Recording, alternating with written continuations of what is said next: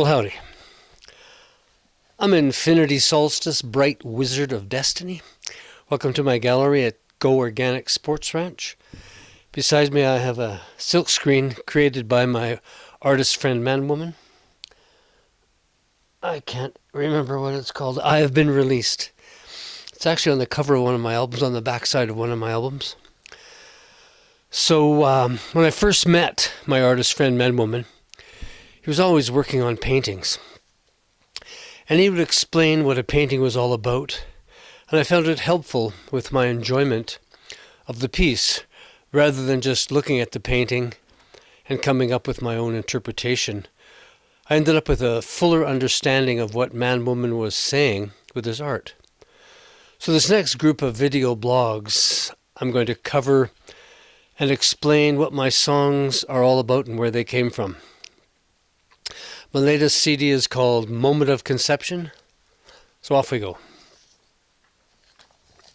You just can't turn on the TV these days without seeing some footage of a marijuana bud. It's being talked about. I guess our martyr friend, the Prince of Pot, Mark Emery, got it done for us. The legalization of pot has finally arrived. Look into my past. My first toke was in 1969, and I knew then it wasn't going to hurt you. Then as now, I didn't really like the concept of inhaling smoke into my lungs, as my father was a smoker, and I remember seeing that film smoke in my house in the living room. Bah, humbug. But it has not stopped me from partaking of a shared joint every now and then. Let me count the times, many times over the last 50 years I've had a joint passed to me, and of course I've taken a toke or two. My word, has it been that long? 50 years.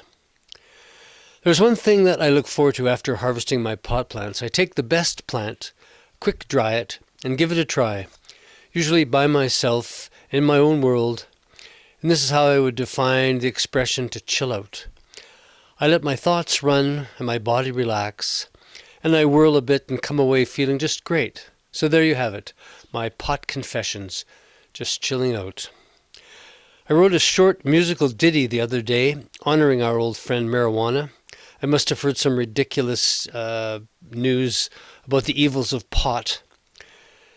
And so I wrote this song, and it goes like this. Who the fuck made pot illegal? I'd like to thank him for all the fun we had passing those joints around, laughing and getting high. The practice of passing joints around continues to this day, except of course because of COVID. People of the same mind, sharing a moment or two together, communal, friendly, and peaceful. It's a good thing. So here's more of the song. Prohibition doesn't work. It just raises the price. Prohibition doesn't work. Well, Prohibition didn't work for alcohol, and it certainly hasn't worked for marijuana, as it has been around everywhere for the last 50 years.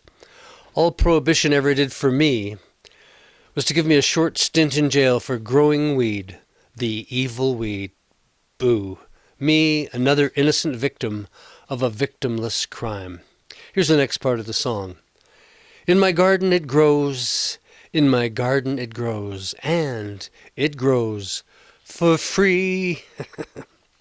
It's just a plant. In fact, in India, it's a weed, an actual weed, growing in ditches all over the place. Just like the dandelions here in Canada. This summer being the first opportunity to actually grow pot in my garden legally, my 3 plants grew to an enormous size, and it took me forever just to clean them up. Before this year, I grew pot in 5-gallon pails filled with garden soil, just little gardens. Now it really grows in my garden, and it grows for free. The second verse is much like the first. Who the fuck made pot illegal? So ridiculous. Just an innocent plant people just love to grow it and then get high. This song is the first song on this latest CD. And right after the 40-second intro, the line, "Who the fuck made pot illegal?"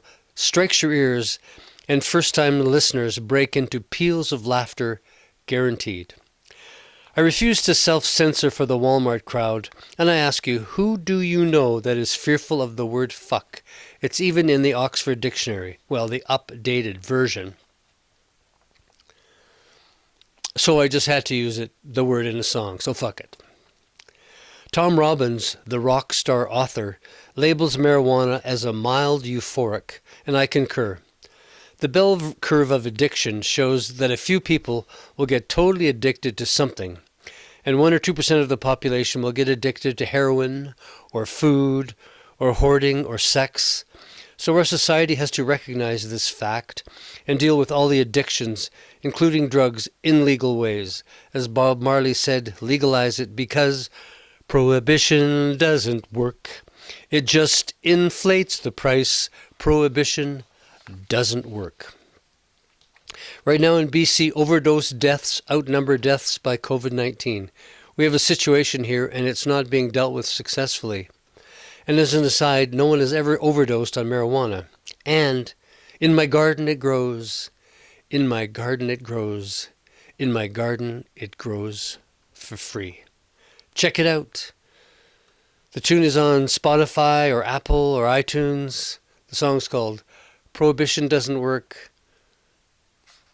There you have it.